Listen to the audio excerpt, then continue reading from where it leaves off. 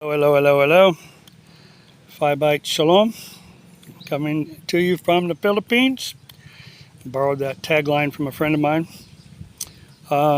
Anyway, it's not Tuesday, it's Wednesday here, noon. Just got done with lunch and went and visited someplace, tried to find someplace, quiet because dogs, cats, goats, people outside the window talking in the background, motorcycles, hammering. I mean, my environment, I'm trying to build a recording studio there, or I should say, not a recording studio, but something more soundproof, just muffle the noise. It's just too much distraction for viewers.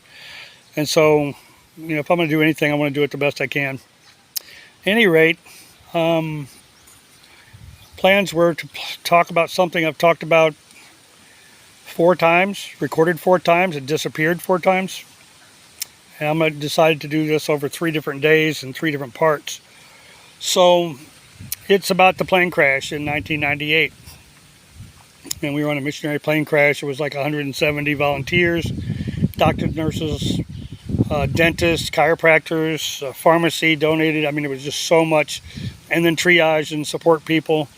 I was doing triage and security.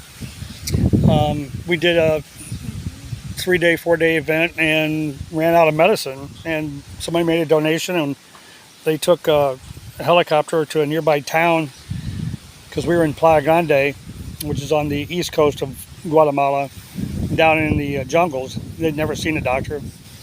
They had to fly back someplace else to go get medicine, and they bought a pharmacy out.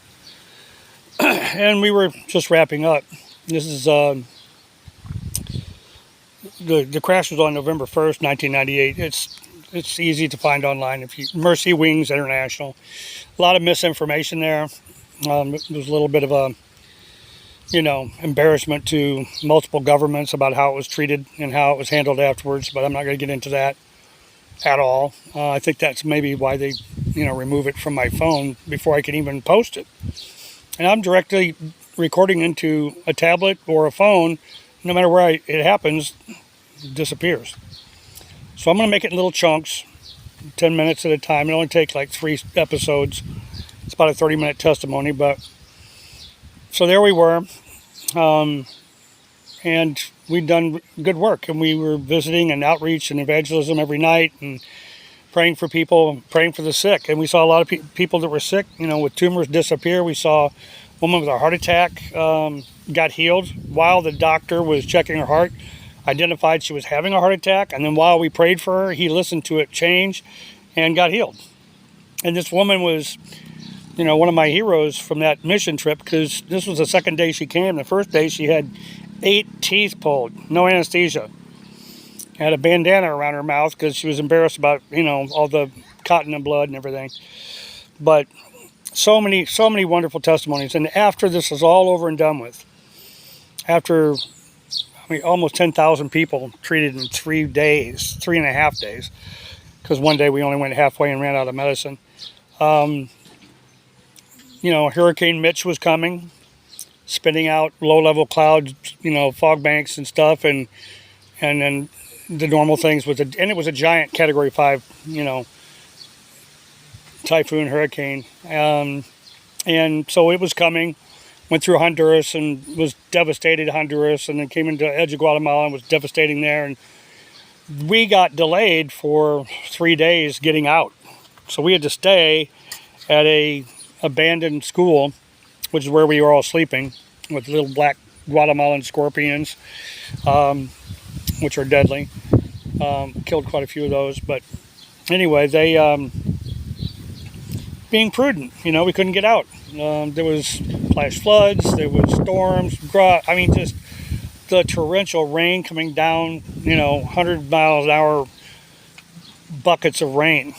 Driving force. I remember October 31st was the last night we were there, and it was just raging. And I was standing on the porch of this canteen after dinner, and I was just standing there by myself praying, reminding our Father of his son and what happened, with the raging storm. And he was asleep in a boat, and it was a bad storm and an open bow boat, small boat. He was getting beat up like everybody else, but he was asleep.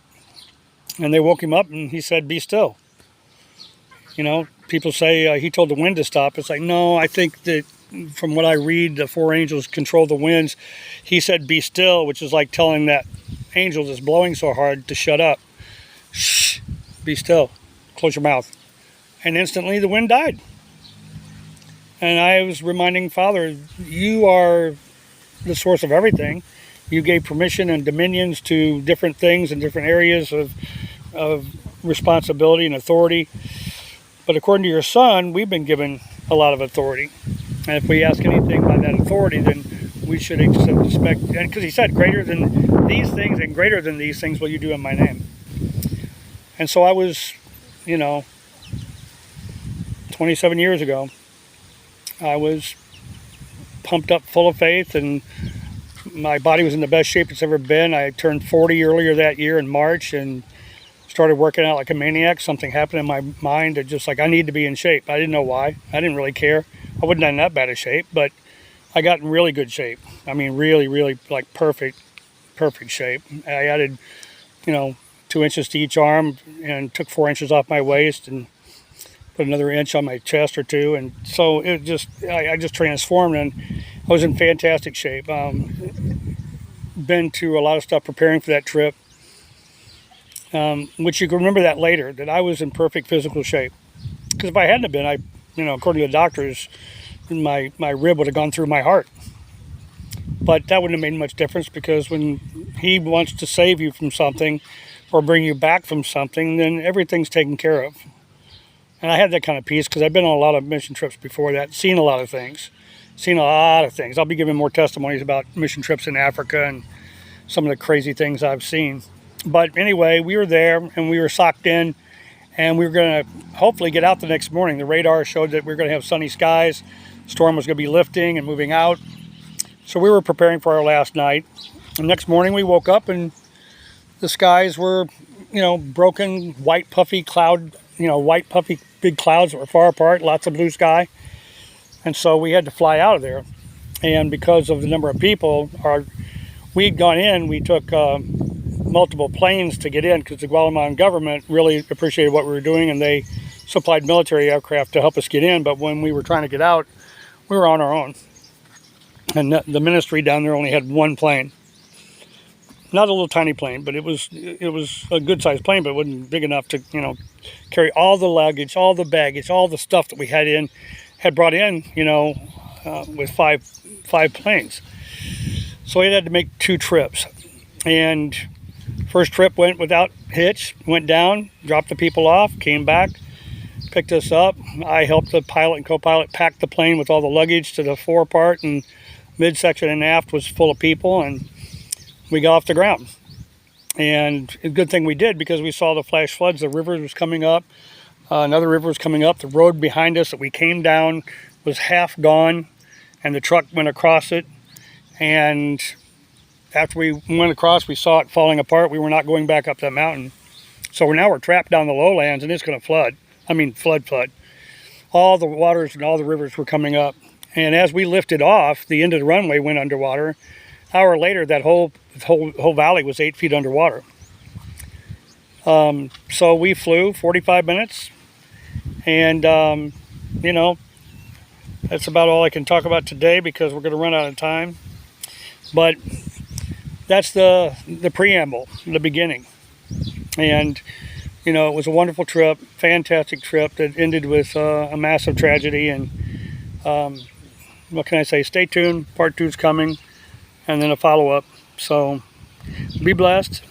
And this is Yoki from Phi Bite Shalom, wishing you love and peace, and Shema.